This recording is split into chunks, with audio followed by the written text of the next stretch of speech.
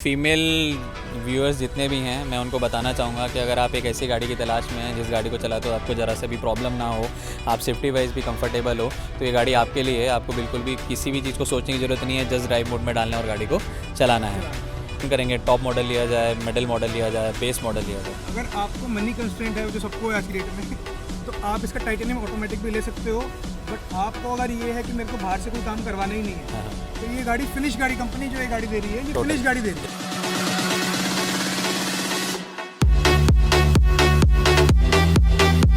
Hello दोस्तों, मेरे YouTube channel टेक्नोमॉन्क को सब्सक्राइब करें एंड बेल आइकन का बटन दबाएं रेगुलर अपडेट्स के लिए।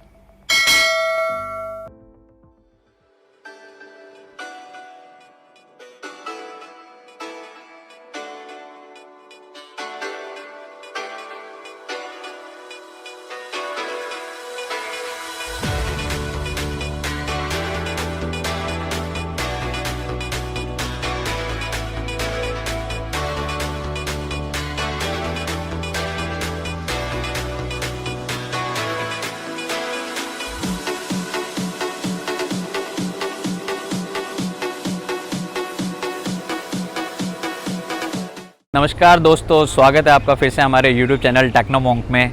मैं हूं आपका होस्ट एंड दोस्त पुष्पेंद्र। आज हम बात करने जा रहे हैं SU सेगमेंट के उस गाड़ी की जो अपने रग्ड परफॉर्मेंस के लिए बहुत ही फेमस है, जिसने साल दर साल अपने अंदर चेंज करते हुए लोगों के दिलों में राज किया और आज के टाइम में SUV सेगमेंट में वन ऑफ द टफेस्ट गाड़ी है।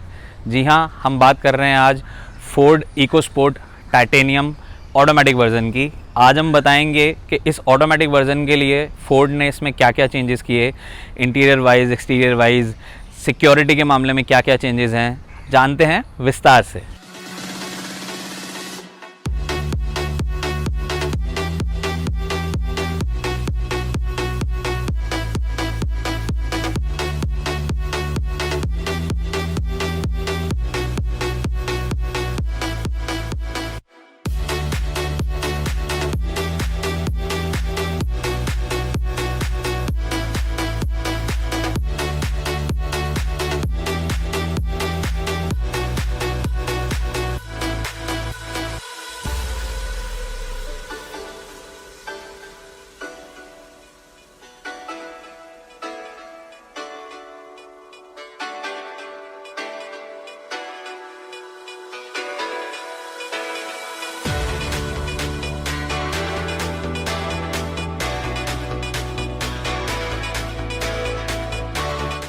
तो दोस्तों आइए शुरुआत करते हैं सुहाने मौसम में इतनी खूबसूरत गाड़ी के बारे में।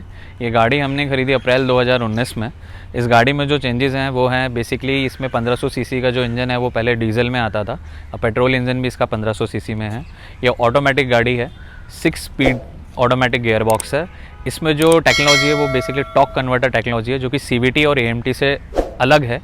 जो अभी हम AMT गाड़ी अगर चलाते हैं तो उसमें अगर हम गियर चेंज करते हैं तो हमें मैनुअल की तरह उसमें गियर चेंज का पता पड़ता है, और अगर हम CVT चलाते हैं जो कि हाई एंड होंडा सिटी वगैरह गाड़ियों में आता है, उसमें भी आपको हल्का सा जर्क महसूस होता है।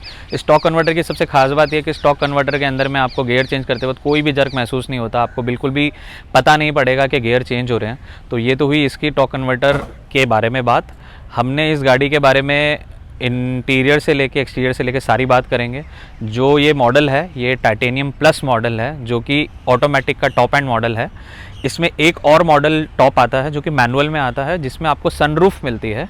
बट प्राइस को कंपैरिजन करने के लिए, ताकि प्राइस ऑटोमेटिक का ज़्यादा ना हो, इसमें थोड़ा स्मार्ट मूव करा फोर्ड ने कि ऑटोमेटिक का टॉप वर्जन का जो प्राइस है वो मैनुअल के टॉप वर्जन के प्राइस के बराबर रखा, बट उसमें जो एडिशनल चेंज दिया है वो सनरूफ दे दिया और इसमें सनरूफ नहीं दिया है। तो ये बेसिक चेंज है ऑटोमेटिक के टॉप मॉडल और मैनुअल के टॉप मॉडल में। आइए दोस्तों बात करते हैं फ्रंट लुक की। इसका फ्रंट जैसे कि आप देख रहे हैं बहुत ही प्यारा, और बोलते हैं ना कि एक रेंज के अंदर जो आपको जब कोई फ्रंटल से चीज़ आती है तो आपको देख के ही मज़ा सा आ जाता है, तो वैसा लुक इस गाड़ी का है। फ्रंट से बहुत ही प्यारा लुक है। ये जो आप देख रहे हैं ये क्रोम फिनिश है, जिसके बीच में फोर्ड का साइन है। तो ये जो क्रोम फिनिश है ये टॉप मॉडल में मिलेगा आप टाइटेनियम प्लस के अंदर। यहाँ पे जो आप लाइट देख रहे हैं ये DRL है, डे टाइम रनिंग लैंप्स, जो कि इसकी खूबसूरती को और बढ़ाते हैं। अब इसमें एक कॉम्बिनेशन दिया हुआ है, ये हेलोजन प्लस एलईडी लाइट का कॉम्बिनेशन है। अगर आप नॉर्मल पे चलाते हैं तो आपका एलईडी का रिफ्लेक्शन आता है, और अगर आप हाई बीम चलाते हैं तो ये एलईडी प्लस हेलोजन का आपको रिफ्लेक्शन देता है। इस गाड़ी के अंदर जो आप ये वाइपर देख रहे हैं, टेक्नोलॉजी से तो आपको मैं आगे बताऊंगा, वीडियो में भरी पड़ी है गाड़ी। ये रेन सेंसिंग वाइपर हैं ऑटोमेटिक। जैसे इसका ये जो सेंसर लगा हुआ है गाड़ी में, इस पर जैसे ही बारिश पड़ती है ये वाइपर अपने आप चालू हो जाते हैं। तो आपको इस चीज़ से परेशान होने की ज़रूरत नहीं है कि बारिश तेज़ आ रही है तो किस मोड पे रखूँ, कम आ रही है तो किस मोड पे रखूँ। गाड़ी अपने आप पता लगा लेती है। दोस्तों अभी जो आपके स्क्रीन पे दिख रहा है वो है फोर्ड का 1.5 लीटर TDCI इंजन। जो TDCI है वो फोर्ड की टेक्नोलॉजी इंजन की, जैसे हर गाड़ी की कंपनी की अपनी अपनी टेक्नोलॉजी है। जो इसमें सबसे ध्यान देने वाली बात है वो है इस वाले का, ये पूरा का पूरा मेटल है। तो जब भी आपकी गाड़ी फ्रंट से ठुकती है तो आपका इंजन बहुत पीछे रह जाता है, इसको ये बचाव कर लेता है। तो ये इस गाड़ी में सबसे खास बात है कि अगर आपका फ्रंट से एक्सीडेंट होगा तो आपका इंजन सेफ़ रहेगा। मैं आपको एक ओवरऑल लुक दे देता हूँ इसके इंजन का।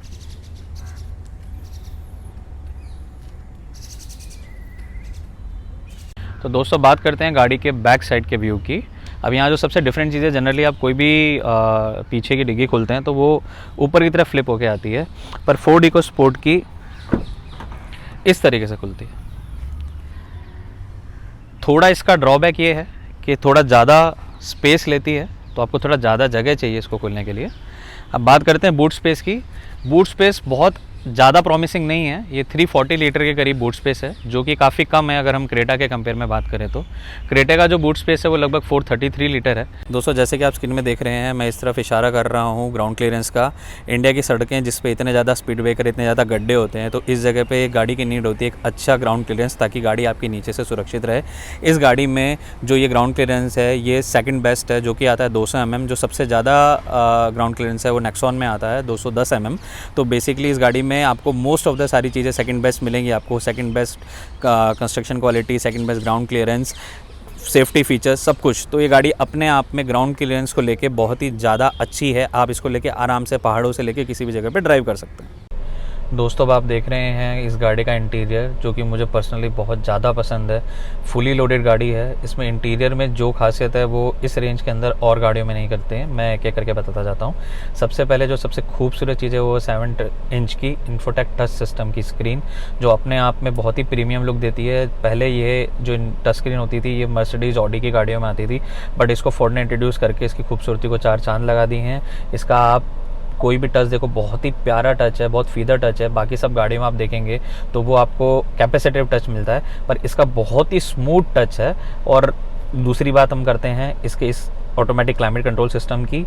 ये आपका डिफॉगर है, ये आपका एसी का टेम्परेचर कम ज़्यादा करने के लिए है। सबसे पहले आप इस लुक को देखिए, इतना प्यारा ब्लैक फिनिश है इसके अंदर। ये ब्लू लाइट सिस्टम मुझे पर्सनली बहुत ज़्यादा पसंद है। ये गियर सिस्टम हो गया। बात करते हैं अब इसके ऑटोमेटिक साइड मिरर्स की। एक टच जैसे आप गाड़ी को स्टार्ट करेंगे ये अपने आप ओपन हो जाएंगे और गाड़ी के बंद करने पे अपने आप बंद हो जाएंगे। इसके लिए आपको पर्सनली अंदर से किसी फंक्शन की ज़रूरत नहीं है। यहाँ आप देखें engine start stop button generally इस जगह पे होता है, परंतु फोर्ड में इस जगह पे है। यहाँ पे आपका आ गया गॉगल रखने का स्पेस, जिसमें आप अपना गॉगल रख सकते हैं। ये आपका गियर पैटर्न हो गया ऑटोमेटिक का। अब बात करते हैं इसकी स्टीयरिंग की। स्टीयरिंग पर आप इतने सारे बटन देख रहे हैं, जो कि ये बताता है कि अंदर कितनी सारी कॉन्फ़िगरेशंस, कितनी सारी फैसिलिटीज़ हैं। मैं आपको एक एक करके चीज़ बताता जाता हूँ। सबसे पहले आप कंसोल की तरफ देखिए। कंसोल बहुत ही प्यारा लुक देता है, ब्लैक कलर के साथ में जो लाइट का कॉम्बिनेशन है बहुत ही सूदिंग लग रहा है। यहाँ पर आप देख रहे हैं तो parking, reverse, neutral, drive, sport, ये मॉडल आपका ये दिखा रहा है कि गाड़ी किस पोजीशन पर रखी हुई है। ये आपका स्पीडोमीटर हो गया, ये आपका MID सेक्शन हो गया, जिसको आप यहाँ से कंट्रोल कर सकते हैं। ट्रिप के बारे में बता सकता हूँ। अगर मैं इसका बीच का बटन दबाता हूँ तो आपको ये कितना एवरेज दे रही है, कितना ट्रिप पे चल चुका है, कितना स्पीड हमने देखा, कितना आपका रेंज बचा हुआ है, ये सारी चीज़ें इससे बताती है। अगर इस तरफ की बात करूँ तो यहाँ पे सीरी की तरह सिस्टम है। अगर मैं 1 बटन दबाऊँगा तो यहाँ पे अगर मैं कोई भी कमांड दूँगा, चाहे वो कोई कॉल लगाने की हो, चाहे FM चलाने की कुछ भी हो, तो वो यहाँ से मैं हैंडल कर सकता हूँ। उसके बाद ये वॉल्यूम बटन, वॉल्यूम कम करने के लिए, कॉल उठाने के लिए, कॉल काटने के लिए। अगर हम बात करते हैं प्लस और माइनस की, ये पैडल शिफ्टर है। अगर आपको लग रहा है कि आपको मैनुअल में चलाना है, तो जैसे रेसिंग गाड़ियाँ होती हैं उनमें स्पोर्ट मोड होता है, उसमें ये प्लस और माइनस करके आप गियर को कम ज़्यादा कर सकते हो। वो पैडल शिफ्टर भी इसके थ्रू हो सकता है। ये वाला जो आप लेफ़्ट साइड में जो ये नॉब देख रहे हैं, ये आपके रिंस वाइपर हैं, जैसा आप स्क्रीन पे देख रहे हैं। आपको आपकी बारिश के अकॉर्डिंग अगर आपको मैनुअली अगर देखना है कि आपको किस स्पीड पे रखना है तो आप स्पीड पे कर सकते हैं। ये आपका इंडिकेटर साइन के लिए हो गया। अब बात करते हैं इन वाले बटन सिस्टम्स की। ये वाला जो प्लस और माइनस देख रहे हैं, ये MID स्क्रीन की ब्राइटनेस बढ़ाने के लिए और कम करने के लिए है। ये आपके हेडलाइट के फंक्शनिंग है। अगर आपको ये 1 2 3 4 या अगर आप देख रहे हैं, ये हाई बीम हो गया, लो बीम हो गया, आपको जो इसकी जो लेंथ है, आपका जो प्रोजेक्शन बढ़ रहा है उसको कम ज़्यादा करने के लिए है। जैसे कि आप स्क्रीन पे देख रहे हैं, ये बटन है ट्रैक्शन कंट्रोल ऑफ़ करने का। ये बटन का यूटिलाइजेशन इसलिए है कि ट्रैक्शन कंट्रोल बेसिकली क्या वर्क करता है, अगर आप किसी भी शार्प टर्न पे ले रहे हैं, कोई भी फिसलनी जगह होती है, वहाँ पे आपकी गाड़ी के जो टायर होते हैं उनको ये जाम कर देता है, तो आपको फिसलने से बचाता है। परंतु अगर आप मडी एरिया में जा रहे हैं तो मडी एरिया के अंदर ये टायर लॉक होने की वजह से आप उस एरिया से निकल नहीं पाते हैं। तो जहाँ भी कोई दलदली एरिया आ गया, मडी एरिया आ गया, वहाँ पर ये बटन दबा के आप ट्रैक्शन कंट्रोल को ऑफ़ कर सकते हैं। उससे वो आपकी गाड़ी आसानी से निकल सकती है। दोस्तों, हम बात करने जा रहे हैं इसके सेफ्टी फीचर्स की, जो कि एक बहुत ही मेजर इंपॉर्टेंट सेफ्टी फीचर्स दिया हुआ है फोर्ड ने। वो है इसमें 6 एयरबैग्स। मैं आपको बैजिंग दिखा सकता हूँ। ये फर्स्ट बैजिंग एयरबैग की, एक दूसरी उस तरफ पे है। तो ये दोनों जो एयरबैग हैं, ये जब फ्रंट से गाड़ी टकराती है तब खुलते हैं। दूसरा बैजिंग मैं आपको दिखाना चाहता हूँ थोड़ा जूमिंग करके। ये जो आप एयरबैग दिख रहे हैं, ये जब गाड़ी पलट जाती है तो इस तरफ और इस तरफ के 2 एयरबैग खुलते हैं। तीसरी बैजिंग मैं आपको दिखा रहा हूँ इस तरफ की सीट की। जब आपकी गाड़ी साइड से ठुकती है तब ये और ये 2 एयरबैग्स खुलते हैं। तो बेसिकली आपके 2 फ्रंटल पे हो गए हैं, 2 आपके साइड से हो गए हैं और 2 आपके रोलिंग पे हो गए हैं। तो इस तरीके से टोटल 6 एयरबैग खुलते हैं, जो इस गाड़ी को पूरी तरीके से सेफ बनाते हैं, आपके ड्राइवर को पूरी प्रोटेक्शन देते हैं। ये आप देख रहे हैं इस गाड़ी का गियर पैटर्न। जैसे कि आप देख रहे हैं, P for parking, R reverse and neutral, D drive, S sport mode. इसमें कि यहाँ पे एक फ्लिप है, इस फ्लिप को दबाने के साथ ब्रेक के साथ में आप इसको आगे पीछे कर सकते हैं। जैसे मैंने रिवर्स पे करा है तो आप स्क्रीन पे देख सकते हैं, रिवर्स आ गया। ये आपको पूरे तरीके से पीछे की विजिबिलिटी दिखा देता है कि आपको पार्किंग के टाइम क्या करना है। और ये इस गाड़ी के पीछे ये फैसिलिटी दिखा रहा है कि गाड़ी आपकी कितने पीछे और कितने मूवमेंट पे साइड में है। अगर मैं इसी को अगर आपको न्यूट्रल कर देता हूँ तो न्यूट्रल के बाद भी ये स्क्रीन ऑन है। इसको बोलते हैं बेसिकली डिले टाइम। वो डिले टाइम 20 सेकंड का रहता है, ताकि आप अगर गाड़ी को आगे ड्राइव मोड पे भी करना चाहें तो उससे पहले आप अपने सराउंडिंग में देख सकते हैं कि आगे पीछे आप सेफ़ हैं कि नहीं है गाड़ी निकालने के लिए। अब आपको मेनली गाड़ी चलानी तो आप ड्राइव पे डालेंगे और गाड़ी को आप आराम से चला सकते हैं। 6 स्पीड ऑटोमेटिक गियर पैटर्न है। अब अगर आपको लग रहा है कि नहीं मुझे थोड़ा स्पोर्टी मोड लेना है, मुझे पैडल शिफ्ट यूज़ करना है, तो आपने इसे स्पोर्ट मोड पर रखा। उसके बाद ये जो दोनों बटन मैंने आपको दिखाए थे प्लस और माइनस के, ये जैसे ही आप इसको बढ़ाएंगे तो ये आपको स्क्रीन पे दिखा देगा कि आपका स्पोर्ट मोड एक्टिव हो गया है। अब आप पैडल शिफ्टर यहाँ से ही अपनी गाड़ी को कंट्रोल कर सकते हैं। सबसे अच्छी चीज़ जो इसमें मुझे गाड़ी में लगी वो लगी पार्किंग के लिए। जहाँ पे आप नॉर्मली आप इस एंड की गाड़ियों में देखते हैं तो पार्किंग का ऑप्शन नहीं आता है, पर जैसे आपने सपोज करो हिल पे लगानी है गाड़ी या ऐसी जगह पे लगानी है जहाँ से गाड़ी फिसलने का टेंशन है, तो आप इसको पार्किंग में लगा के आराम से निश्चिंत होकर गाड़ी को छोड़ के जा सकते हैं। बात करते हैं अब इसके हैंडरेस्ट की। हैंडरेस्ट बहुत ही कंफर्टेबल और सही डिज़ाइन किया हुआ है, जिस पे आप लॉन्ग ड्राइव के टाइम पे अपने हाथ को सपोर्ट दे सकते हैं, सो दैट लॉन्ग ड्राइव में आपको कभी भी थकावट का अनुभव ना हो। इसके अंदर स्पेशियस भी है, जैसे कि आप देख रहे हैं बहुत अच्छा स्पेस है। इसके अंदर आप जितने भी यूटिलिटी वाले अपने सामान हैं, पर्स हो गया, मोबाइल हो गया, घड़ी हो गई, चेन हो गई, वो आप इसमें रख सकते हैं। बात करते हैं गाड़ी की बैक साइड की। जो ये आपका व्यू दिख रहा है, इससे आपको जो लेदरेट जो व्यू है बहुत ही कंफर्टेबल है। पर इस गाड़ी में जो एक ड्रॉबैक है जो मुझे पर्सनली ख़राब लगता है, वो है इस गाड़ी की विड्थ का कम होना। यहाँ पे बेसिकली ये 4 सीटर कार है। अगर आप इसमें 3 लोग पीछे बैठाने की कोशिश करेंगे तो आपको उसमें बहुत असुविधा होगी। हेल्दी लोग जैसे मेरे जैसे लोग 3 लोग यहाँ नहीं बैठ पाएंगे। तो यहाँ पे बेसिकली ये 4 सीटर के लिए कंफर्टेबल है। लेदरेट सीट है, ये सब कुछ कंफर्टेबिलिटी की बात में कोई प्रॉब्लम नहीं है, पर जो विड्थ है वो उतनी नहीं है। गाड़ी को कॉम्पैक्ट लुक देने के लिए इसकी विड्थ कम कर दी गई है। सेकंड ड्रॉबैक है रियर वेंट एसी का ना होना। ऑल्दो इसका जो फ्रंट एसी है वो इतना इफेक्टिव है कि वो पीछे तक एसी की हवा दे देता है, परंतु अगर आप राजस्थान जैसी गर्म जगह से बिलोंग करते हैं तो एक रियर वेंट एसी की रिक्वायरमेंट हर किसी पर्सन को होती है एक हाई एंड की गाड़ी में। तो ये भी एक ड्रॉबैक है जो मुझे लगता है कि फोर्ड को इसमें सुधार की ज़रूरत है। दोस्तों जब भी हम हमारी किसी कार का रिव्यू देते हैं तो उसमें हम कार के ओनर से ज़रूर बात करते हैं। लोग मुझसे पूछते हैं कि आप गाड़ी क्यों नहीं चलाते हैं, आप गाड़ी चला के इसकी परफॉर्मेंस के बारे में क्यों नहीं बताते हैं। मैं ऐसा कर सकता हूँ गाड़ी चलाने पे, पर जिस पर्सन ने उस गाड़ी को ख़रीदा है, उस गाड़ी को 2 महीने 6 महीने साल भर तक चलाया है, वो ज़्यादा आसानी से बता सकता है कि उसकी क्या खूबियाँ हैं, उसने उस गाड़ी को लेते वक्त क्या सोचा। तो मुझे लगता है कि दर्शकों को ये सबसे ज़्यादा ज़रूरी है देखना कि किसी भी पर्सन की क्या मेंटेलिटी है किस कार को ख़रीदते वक्त। तो आइए बात करते हैं इस कार के ओनर, मेरे बहुत ही जिगरी दोस्त mister Kapil Agarwal. Hello sir, बहुत बहुत मुबारक पहले तो आपको इतनी खूबसूरत कार खरीदने के लिए। चैनल के लिए बहुत बहुत मुबारकबाद। Thank you. तो सर मैं पहली चीज़ पूछना चाहता हूँ कि इस कार को ख़रीदते वक्त आपके दिमाग में क्या था, क्या बात थी जो आपको लगा कि इस कार को ख़रीदने से पहले? मेरे को एक दमदार गाड़ी चाहिए थी जो परफॉर्मेंस वाइज भी अच्छी हो, जिस गाड़ी में बिल्ड क्वालिटी बहुत अच्छी होगी, थोड़ी सी रफ ड्राइविंग है मेरी, और जिसकी पावर बहुत अच्छी हो। ओके। तो ये सारे टिक्स जो हैं वो ये गाड़ी पूरा कर रही थी। इसका 1500 सीसी का इंजन है जो इस क्लास में सबसे ज़्यादा है। इसकी जो बिल्ड क्वालिटी, जो इसकी प्लास्टिक्स भी हैं और जो इसका मेटल भी है, वो बहुत अच्छा है। आज तक टच वुड मेरी गाड़ी जब भी टच हुई तो सामने वाली गाड़ी पे काम आया, मेरी गाड़ी पे काम नहीं आया। और सुना है मैंने इसके डोर बहुत ज़्यादा अच्छी क्वालिटी के हैं। जो इसका मेटल जो है बहुत अच्छा है, बहुत ईजिली तरीके से वो आवाज़ नहीं करता।